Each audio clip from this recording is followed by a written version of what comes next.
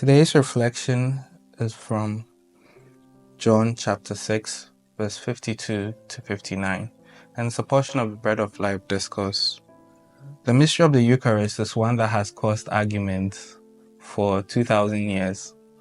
As it was then, it is still now, that people cannot fathom that somebody gives his body as bread and his blood as drink.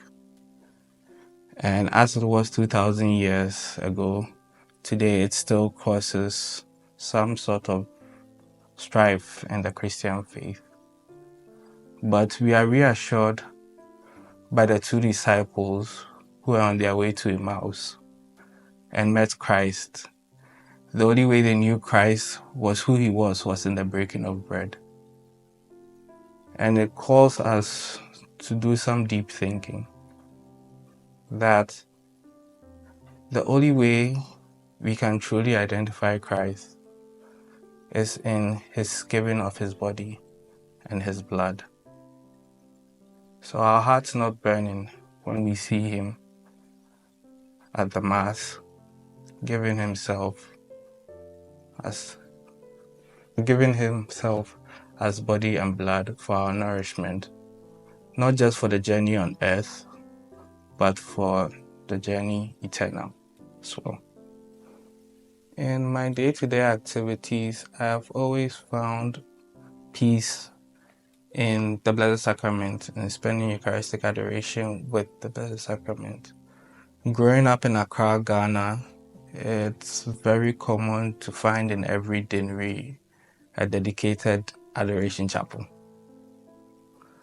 And for my deanery, which is the Osu deanery, it was at Christ the King Catholic Church, and it was my favorite place in the city, because it was a place where I could go and just rest and be at peace with Christ.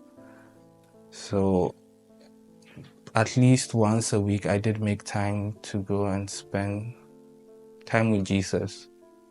And he's the source and summit of my faith.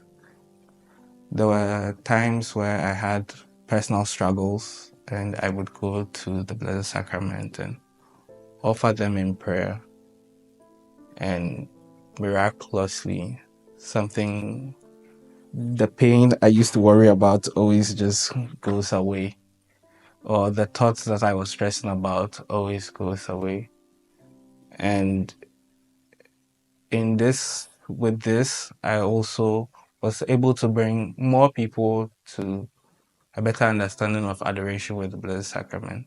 Sometimes you would not need to even go with an intention in mind, by just spending time with Jesus. Because I do feel that sometimes he gets alone, locked up. I shouldn't say locked up, but in our churches, sometimes he feels very lonely. He's always in the tabernacle, he's always present, but I think we should try and visit him more, especially during this time of Easter. So let us try to spend more time with the Blessed Sacrament and reap the graces that come out of it. My name is Yao, and I'm a PhD student at Polytechnic Ashlanska. This is today's Gospel, and it's from John 6, 52 to 59. The Jews disputed among themselves, saying, "How can this man give us his flesh to eat?" So Jesus said to them, "Truly, truly, I say to you, unless you eat the flesh of the Son of Man and drink his blood, you have no life in you. He who eats my flesh and drinks my blood has eternal life, and I will raise him up at the last day. For my flesh is food indeed, and my blood is drink indeed. He who eats my flesh and drinks my blood abides in me, and I in him. As the living Father sent me, and I live because of the Father, so he who eats me will live because of me. This is the bread which comes down from heaven, not as such as the